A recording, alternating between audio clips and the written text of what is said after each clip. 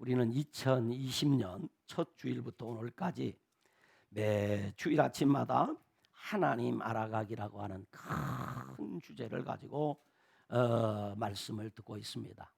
이 하나님 알아가기라고 하는 이 설교를 통해서 조금씩 하나님을 알아가고 있습니다.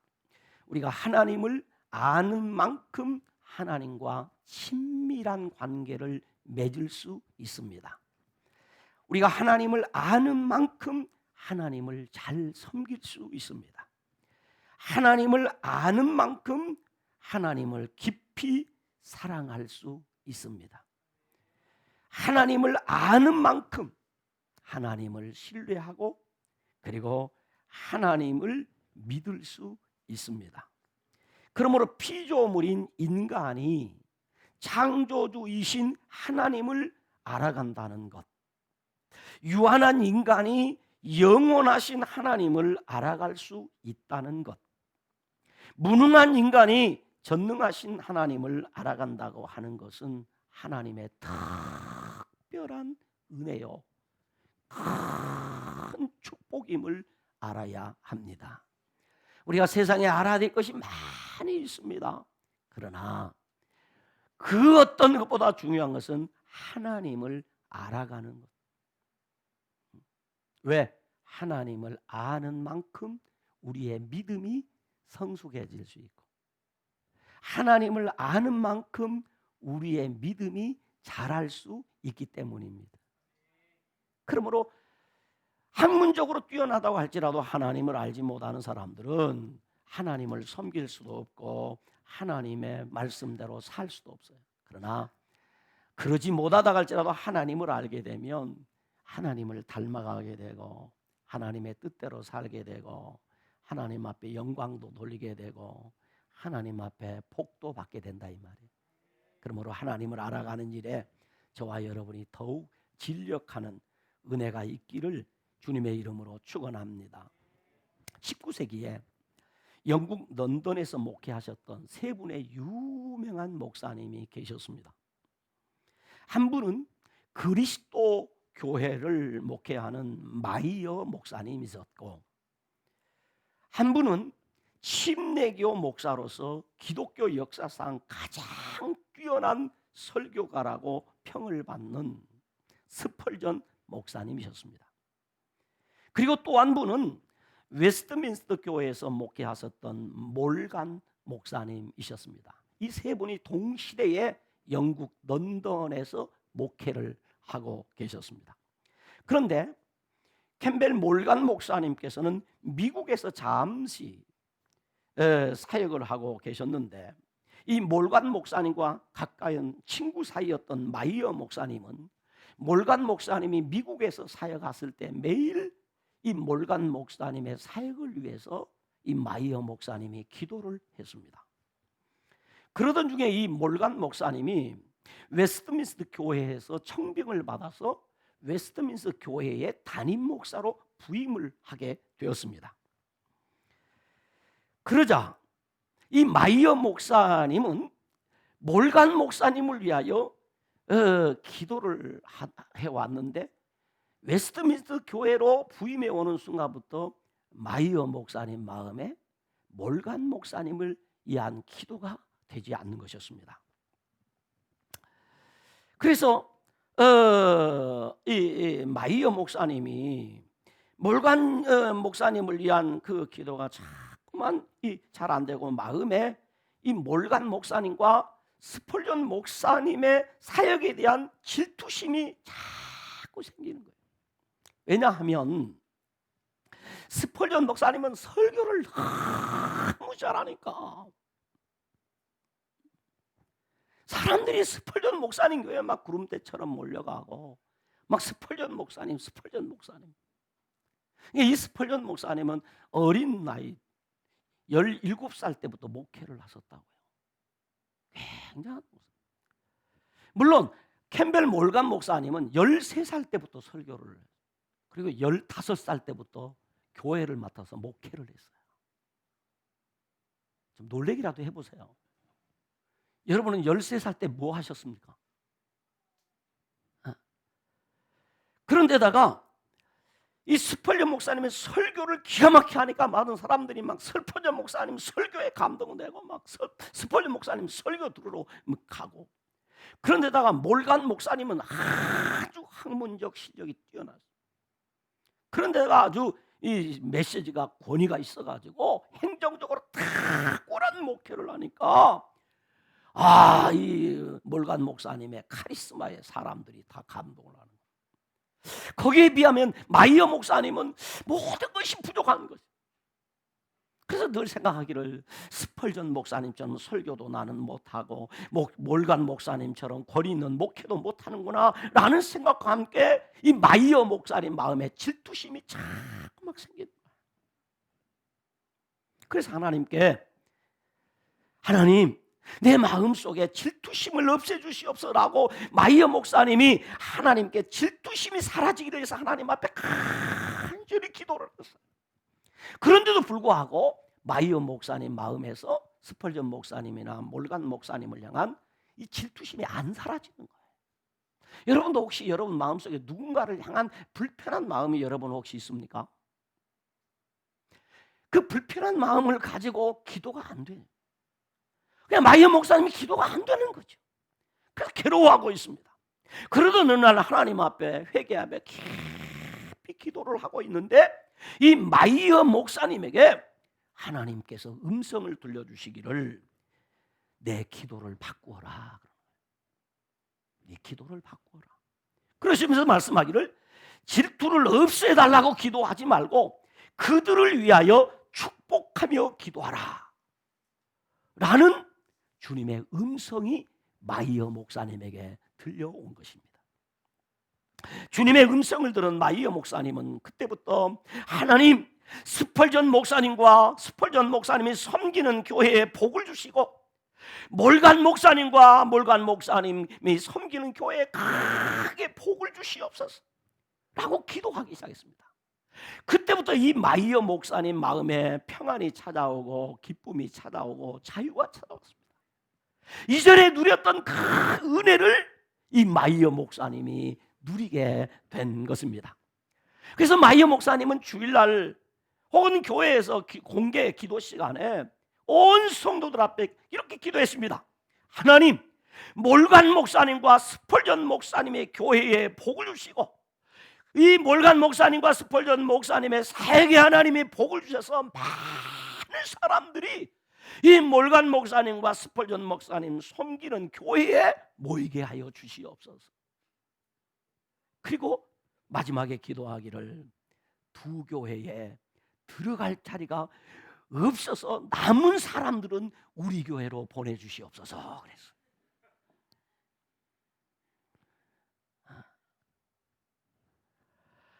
그랬더니 하나님이 긍휼을 입히고 은혜를 입히셔가지고 몰간 목사님이 섬기는 교회나 스펄전 목사님이 섬기는 교회나 마이어 목사님이 섬기는 교회 세 교회가 크게 부흥을 한 거예요. 예배당이 차고 넘쳐서 이 세 분은 아주 가까운 친구가 되었어요. 그래서 이 세 교회가 크게 성장해서 힘을 합쳐서 런던 복음화에 같이 동역을 하게 되었습니다. 더욱이 놀라운 것은 세 분 목사님 다 탁월한 설교가 되었어요. 특별히 마이어 목사님은 그 두 분 목사님이 갖지 못하는 한 가지 더 장점을 갖게 되는데 글을 쓰는 탁월한 능력이 이 마이어 목사님에게 있었던 거예요. 그래서 마이어 목사님은 많은 이 강해서를 집필했어요. 물론 스펄전 목사님의 책도 있고 캠벨 몰간 목사님의 책도 많이 있지만 특별히 마이어 목사님은 더 많은 영향력을 끼치는 이런 목사님이 되었어요. 그래서 이 세 분 목사님은 당대의 영국 교회뿐만이 아니라 오늘날까지 세계 교회 지도자들에게 아주 선한 영향력을 끼치는 훌륭한 목사님이 되었다는 이야기입니다. 중요한 것, 마이어 목사님에게 일어났던 질투심을 축복으로 바꾸었더니 몰간 목사님도 잘되고 스펄전 목사님도 잘되고 마이어 목사님에게도 하나님이 은혜를 주셨더라 이 말이에요. 할렐루야.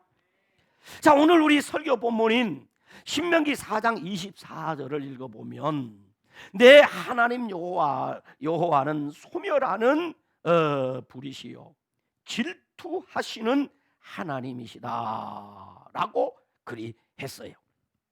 그런데 여기 오늘 본문에 계시된 하나님이 어떤 하나님입니까? 오늘 본문에서 우리에게 계시하는 하나님이 어떤 하나님이에요? 다들 질투하시는 하나님. 질투하시는 하나님. 그런데 질투하시는 하나님이란 말을 딱 듣는 순간에 무엇인가 저는 마음에 좀 불편합니다. 사랑이 많으신 하나님, 너무 좋잖아요. 은혜로우신 하나님, 복 주시는 하나님, 참 좋은데 질투하시는 하나님 어떠세요 여러분? 하나님이 질투하신다는 거죠. 무엇인가 마음의 불편함과 함께 좀 부정적인 그 의미가 좀 강한 것 같은 그런 느낌이 듭니다.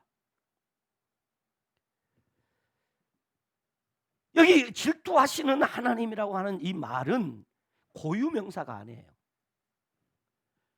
그런데 하나님이 자신을 드러내기를 질투하시는 하나님이라고 해요.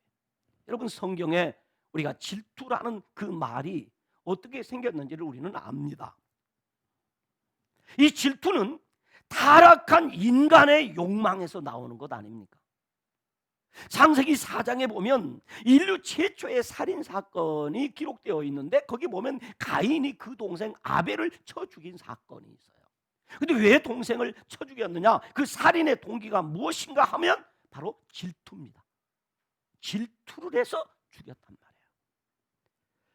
하나님께 동생 아벨의 제사는 기뻐 하나님이 받으셨는데 자신의 제사는 하나님이 받지 않으셨습니다. 그러자 가인은 그 마음의 질투를 이기지 못하고 동생을 쳐 죽였습니다.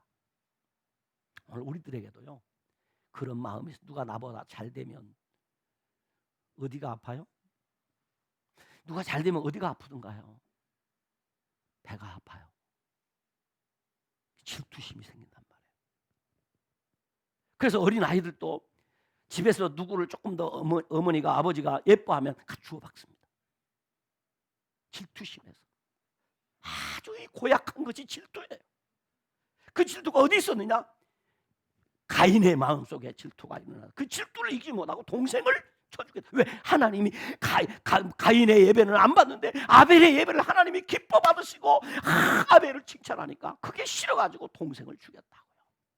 그런가 하면요 이 질투는 악령에 사로잡힐 때 나타나요. 귀신에게 사로잡힌 사람 속에 질투가 나. 미워해. 그래서 악한 귀신은 미움의 영입니다. 그 사람을 미워해요.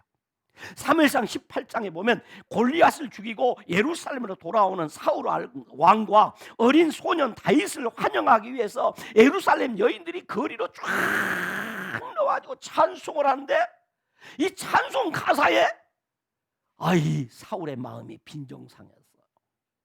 사울이 죽인 자는 천천히요 다윗은 만만이로다 라고 노래하자 사울의 마음에 질투가 불릴 듯이 났습니다. 결국 악령에 사로잡힌 사울왕은 다윗에 대한 질투심을 이기지 못하고 다윗을 죽이기 위하여 평생을 허비하며 비참한 최후를 맞이하게 되었습니다.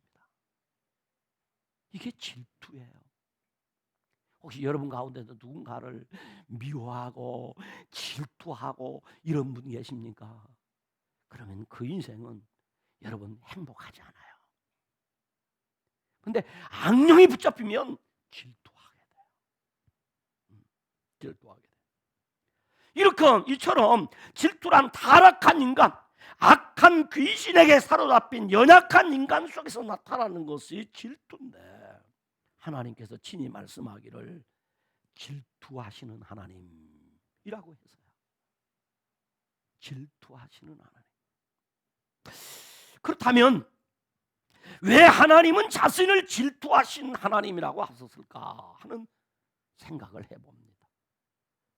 그 이유를 한번 찾아가면서 함께 은혜를 나누기를 원합니다.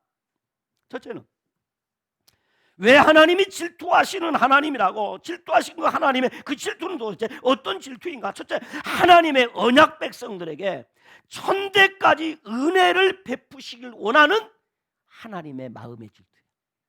그 하나님의 마음은 내가 천대까지 은혜를 베풀고 싶은 하나님의 마음의 질투. 좋은 질투입니까? 나쁜 질투입니까? 이게 사람의 질투와 하나님의 질투가 다른 거죠. 사람의 질투는 저 사람 잘못됐으면 좋겠다, 망했으면 좋겠다, 이런 마음이지만 하나님은 아니고, 하나님의 언약 백성들이 천대까지 은혜를 좀 받았으면 좋겠다, 천대까지 복을 받았으면 좋겠다, 이런 마음의 질투라는 거죠.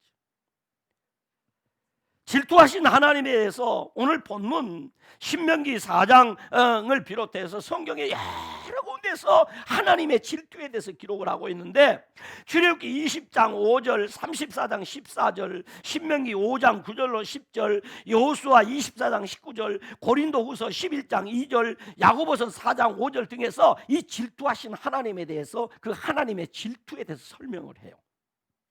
그런데 참으로 하나님을 질투하시는 하나님이라고 소개하고 있는 출애굽기 20장에 보면 하나님께서 이스라엘 백성들에게 주신 십계명이 기록되어 있어요. 그 20장, 출애굽기 20장에 제1계명이 무엇인가 하면 너는 나 외에 다른 신을 두지 말라. 십계명 중에 1계명이 다 아시죠? 그 다음에 두 번째 계명이 무엇인가 하면 너를 위하여 우상을 만들지 말고 그 어떤 우상이든지 그것들을 섬기지 말라 하는 것이 두 번째 계명입니다. 이 두 번째 계명을 말씀하시면서 하나님이 말씀하시기를 네 하나님 여호와는 질투하는 하나님이다 그랬어요. 자, 하나님 외에 다른 신을 섬기지 마라. 그리고 어떤 우상도 만들지 말고 섬기지 마라 라고 말씀하시면서 하나님께서 나는 질투하시는 하나님이다. 그리 말씀하시고 하나님이 무엇이라고 하냐면 나를 미워하는 자의 죄를 갚되 아버지로부터 아들에게 3대까지 이르게 하거니와 나를 사랑하고 내 계명을 지키는 자에게는 따라서 1000대까지 은혜를 베푸느니라. 1000대까지 은혜를 베푸겠다는 거예요.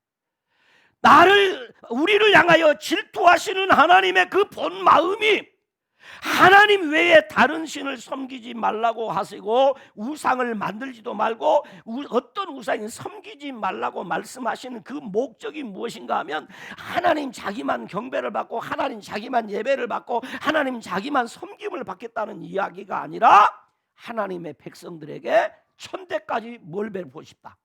은혜를 베풀고 싶다 이 말이에요. 아멘. 1000대까지 은혜를 베풀고 싶다. 그런데 십계명을 주기 전에 출애굽 후에 3개월쯤 되었을 때에 신의 광야에 장막을 치고 있을 때 하나님이 모세를 부르셔서 말씀하기를 내가 너희 백성들을 독수리 날개로 업어서 인도한 것 아느냐?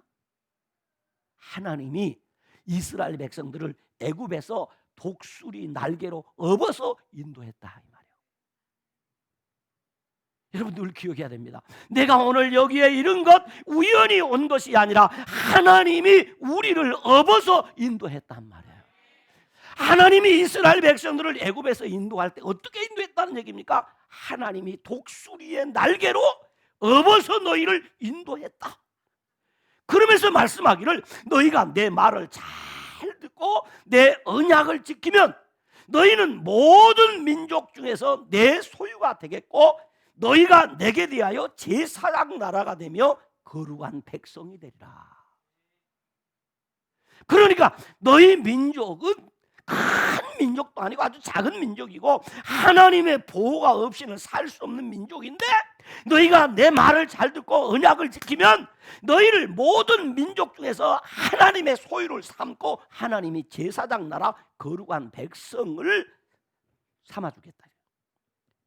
그리고 이 말씀을 모세로 하여금 백성들에게 전하라고 했어요. 그래서 모세가 백성들에게 전하니까 백성들이 또 말하기를 여호와께서 명령하신 대로 우리가 다 행하겠습니다 라고 맹약을 하는 거예요. 약속을 하는 거죠. 그래서 하나님과 이스라엘 백성들이 언약을 맺는 거죠. 그래서 이스라엘 백성들은 언약 백성이 되는 거예요. 그래서 여호와 하나님은 이스라엘 백성의 하나님이 되고 이스라엘 백성은 하나님의 백성이 된 것입니다. 그때부터 이스라엘 백성들은 이제 선민이 된 거예요. 선민. 출애굽기 19장의 이 언약을 맺음으로 창세기 12장에서 아브람과 맺었던 그 맹세를, 그 언약을 출애굽기 19장에 와서 다시 갱신함으로 이 아브람의 후손들은 특별한 하나님의 백성, 선민이 된 것입니다. 마치 우리 자녀들이 어렸을 때 본인 스스로는 어떤 신앙 고백을 못하니까 어머니 아버지가 이 아이가 예수 잘 믿을 것으로 믿고 그렇게 신앙기도 하겠다고 그래서 유아 세례를 받으시잖아요. 받으신 다음에 이 아이가 중학교 2학년쯤 되면 그때 이제 이 아이에게 뭘 합니까? 본인이 서약을 하고 세례를 받습니다. 그래서 부모님이 맹세한 것을 자신이 이어받아서 갱신함으로 이제 나는 하나님의 자녀가 된 것을 만천하에 공개하는 거죠. 그런 것처럼 이스라엘 백성들은 아브라함과 이미 언약을 체결했지만은 그동안 그들은 몰라. 그런데 이제 하나님께서 애굽에서 인도해낸 다음에 광야에서 출애굽기 19장에서 그 언약을 다시 갱신했습니다. 그래서 그들로 하여금 이제 하나님과 특별한 언약 관계가 되었어요. 그때 하나님이 출애굽기 20장에서 그러면 하나님의 선민으로서 살아가는 윤리, 선민 윤리로 주신 것이 무엇인가 하면 십계명이에요. 선민이 지켜야 될 윤리의 법도가 십계명이란 말이에요. 그 십계명 가운데 두 번째 계명에서 하나님께서 말씀하기를 나는 너희들에게 앞으로 어떻게 은혜를 베풀어 천대까지 은혜를 베풀겠다. 이 말은 무슨 천대까지 은혜를 베푼다는 얘기는 무슨 얘기예요? 너희 후손 대대로 내가 은혜를 베풀어 주시고 복을 주겠다 이 말이에요. 왜? 하나님이 약속대로 은혜를 주시고 복을 주시는 거예요. 여러분도 여러분의 자녀들이 그리 되도록 신앙생활을 하셔야 합니다. 목사의 자녀들이 그렇게 복을 받아야 되고 우리 장로님들의 자녀들이 그리 복을 받아야 됩니다. 그러니까 복되게 신앙생활 하라는 얘기예요. 복되게. 우리 권사님들의 자녀들이 복을 받아야 돼. 그럼 어떻게 해야 돼? 복되게 신앙생활 해야 돼. 하나님의 말씀을 지켜서 내가 천대까지 은혜 주시고 복 주시겠다. 이렇게 하시면서 하나님이 나는 질투하시는 하나님이다 라고 가르쳐 줬어요. 그런데 출애굽기 34장에 가서 보면요, 어떤 일이 벌어지냐면 이 34장 오기 전에 벌써 이스라엘 백성들이 그 약속을 하고 몇 조금 못 가가지고 바로 언약을 어겨버립니다. 금송아지를 만들어버려요. 그래서 하나님이 금방 약속했는데 꼭 누구 같아요? 누구 같아요? 우리 같아. 금방 약속했잖아요. 교회에서 세례 받을 때 혹은 직분 받을 때 약속해놓고 딱 임직 받고 나면 약속 안 지키는 사람이 있어요. 우리 흔히 말로 잉크도 안 말랐다. 잉크도 안 말랐는데 이 사람들이 모세가 시내산에 올라가서 이제 하나님의 성막 계시를 받으러 올라갔어요.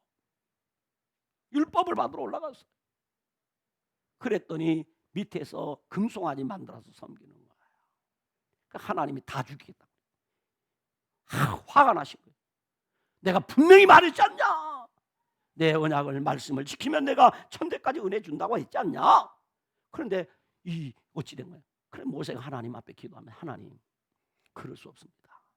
하나님이 백성들 애굽에서 그를 이끌어냈는데 하나님이 죽이면 하나님이 이끌어내놓고 인도할 능력이 없으니까 하나님 죽였다고 합니다. 안 됩니다. 하나님 영광이 안 됩니다. 그러니 살려주세요. 그래도 하나님 꼼짝 안 하니까 하나님 그러면 내 이름을 생명책에 제하고 이들을 살려주세요. 모세가 그리 기도한 거예요. 그러니까 하나님이 모세의 중보 기도를 들으시고 이스라엘 백성들을 용서해 주시는 거예요. 그리고 34장에 와서 다시 이제 시내산 언약을 회복하시면서 하나님께서 또 자신의 이름을 계시하기를 너는 다른 신에게 전하지 말라. 여호와는 질투라. 이름하는 질투의 하나님이니라 하고 또 하나님이 자신의 이름을 질투하시는 하나님으로 계시를 합니다. 한마디로 우상을 만들거나 다른 신을 섬기는 것을 단호하게 금하시고, 하나님께서 왜 우상을 만들거나 섬기는 걸 금하실까요? 그것은 제사장 나라 거룩한 백성으로서 하나님과 맺은 언약을 지킴으로 천대까지 은혜를 베풀고 싶으신 하나님의 마음을 나타내신 거예요. 하나님의 마음을 나타내는 가운데 내가 너희들에게 천대까지 은혜를 베풀겠다. 그 마음이 그 누구에게도 너희를 빼앗기지 않고 누구에게도 너희의 사랑을 빼앗기지 않고 나를 섬김으로 너희들이 그 복을 받도록 하겠다. 그 말이에요. 우리가 잘 알고 있는 대로 예레미야 29장 11절에 여호와의 말씀이니라. 너희를 향한 나의 생각을 내가 아나니 평안이요 재앙이 아니니라. 너희에게 미래와 희망을 주는 것이 하나님의 마음입니다. 그러므로 하나님께서는 자기 백성을 사랑하시기 때문에 그 사랑을 빼앗기는 것을 싫어합니다. 그래서 하나님과 그 사랑, 하나님의 사랑과 축복의 언약을 깨뜨리는 우상을 만들거나 우상을 섬기는 일을 금하고 있습니다. 하나님은 결코 자신의 영광을 빼앗기는 것을 원치 않으십니다. 원치 않으세요. 우상에게 하나님의 영광을 빼앗기는 것 하나님이 원치 않아요. 그래서 이사야 42장 8절에 보면 하나님께서 말씀하시기를 나는 내 영광을 다른 자에게 내 찬송을 우상에게 주지 아니하리라. 또 이사야 48장 11절에도 내 영광을 다른 자에게 주지 아니하리라. 왜? 우상은 우리에게 복을 줄 수 없습니다. 우상은 우리에게 복을 줄 수 없어요. 그렇다면 여러분, 우리는 인격적으로 예수 그리스도를 구주와 주님으로 믿고 영접했습니다. 맞습니까? 그렇다면 우리도 하나님의 언약의 자손이요 하나님의 언약의 백성이 된 것입니다. 그러면 하나님은 유일한 주님이시며 주인이신 예수님보다 우리가 더 집착하거나 예수님보다 더 사랑하는 것이 있다면 그것이 곧 우상입니다.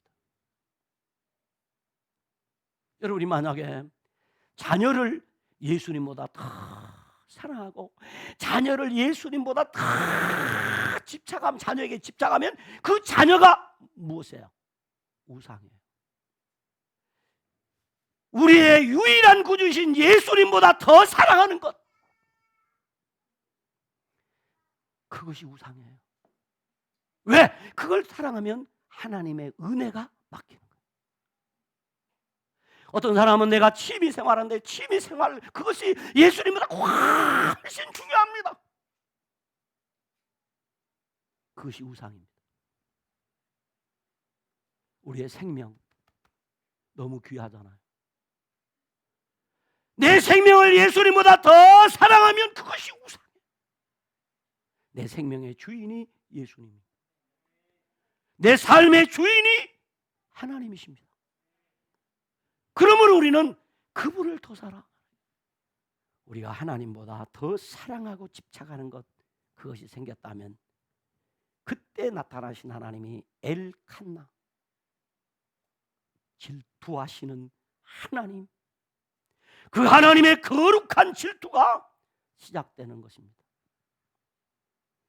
그 질투는 하나님의 언약 백성들이 그 언약을 지켜서 천대까지 은혜 베푸시기를 원하시는 하나님의 마음에서 일어나는 질투입니다. 그러므로 질투하시는 하나님을 아는 사람은 신앙적인 삶을 살게 되는 것입니다. 다 같이 한번 읽어봐요. 시작. 질투하시는 하나님을 아는 사람은 신앙적인 삶을 살게 되는 것입니다. 아셨습니까? 왜 하나님이 질투한다고요? 천대까지 뭐 하시려고? 은혜 주시려고. 여러분에게 천대까지 은혜를 주시려고 그 은혜를 베풀기를 원하셔서 나를 질투하신단 말이에요. 그러므로 이 질투하신 하나님을 아는 사람은 신앙적인 삶을 살게 되는 것입니다.